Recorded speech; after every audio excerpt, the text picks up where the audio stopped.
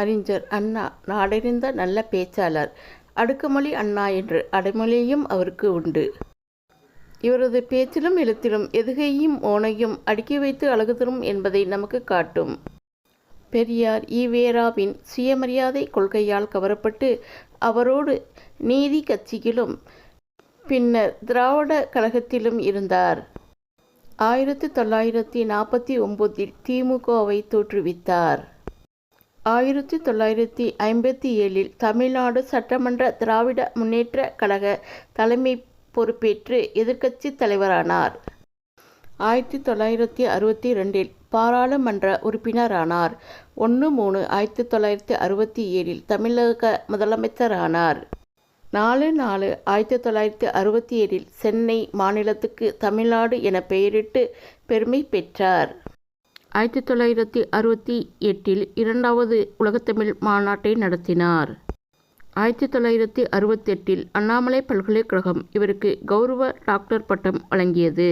2/2/1969 அண்ணா இவ்வுலகை விட்டு மறைந்தாலும் அவர் படைப்புகள் இன்றும் அழியா புகழ் பெற்று விளங்குகின்றன. இப்போது தமிழ்நாட்டு முதல்வராக அவர் இருந்தபோது அவர் செய்த சாதனைகள் பற்றி பார்க்கலாமா?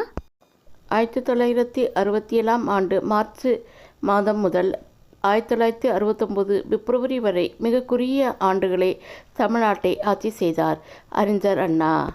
ஆனாலும் மாநில சுய ஆட்சியிலும் தமிழ்மொழி வளர்ச்சியிலும் மிகப்பெரிய பங்களிப்பை நம் மாநிலத்துக்கு ஆற்றினார். இன்று வரை அவரது பங்களிப்பை வேறு எந்த முதலமைச்சராலும் ஈடு செய்ய முடியவில்லை. இனியும் முடியுமா என்பது சந்தேகமே. தமிழ்நாடு என்று பெயர் சூட்டல். சமூக நலன் கருதி நியாய விலை கடைகளில் ₹1 ஒரு படி அரிசி. சென்னை கோவையில் மட்டும். ஏழை மாணவர்களுக்கு PUC வரையில் இலவச கல்வி.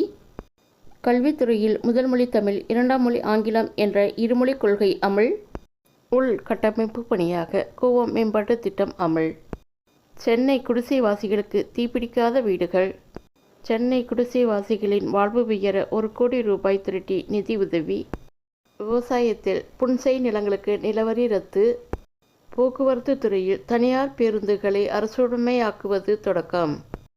ஆட்சி நிர்வாகம் மனச்சாட்சி மீது ஆணையிட்டு பதவியேற்பது தொடக்கம். அரசு அலுவலகங்களில் கடவுள் படங்களை நீக்க ஆணை. பல்கலைக்கழகங்களில் திருக்குறள் ஆராய்ச்சி செய்ய நிதி. சுயமரியாதை திருமணம் செல்லும் என அரசாணை. கலப்பு திருமணம் செய்வோருக்கு தங்க விருது.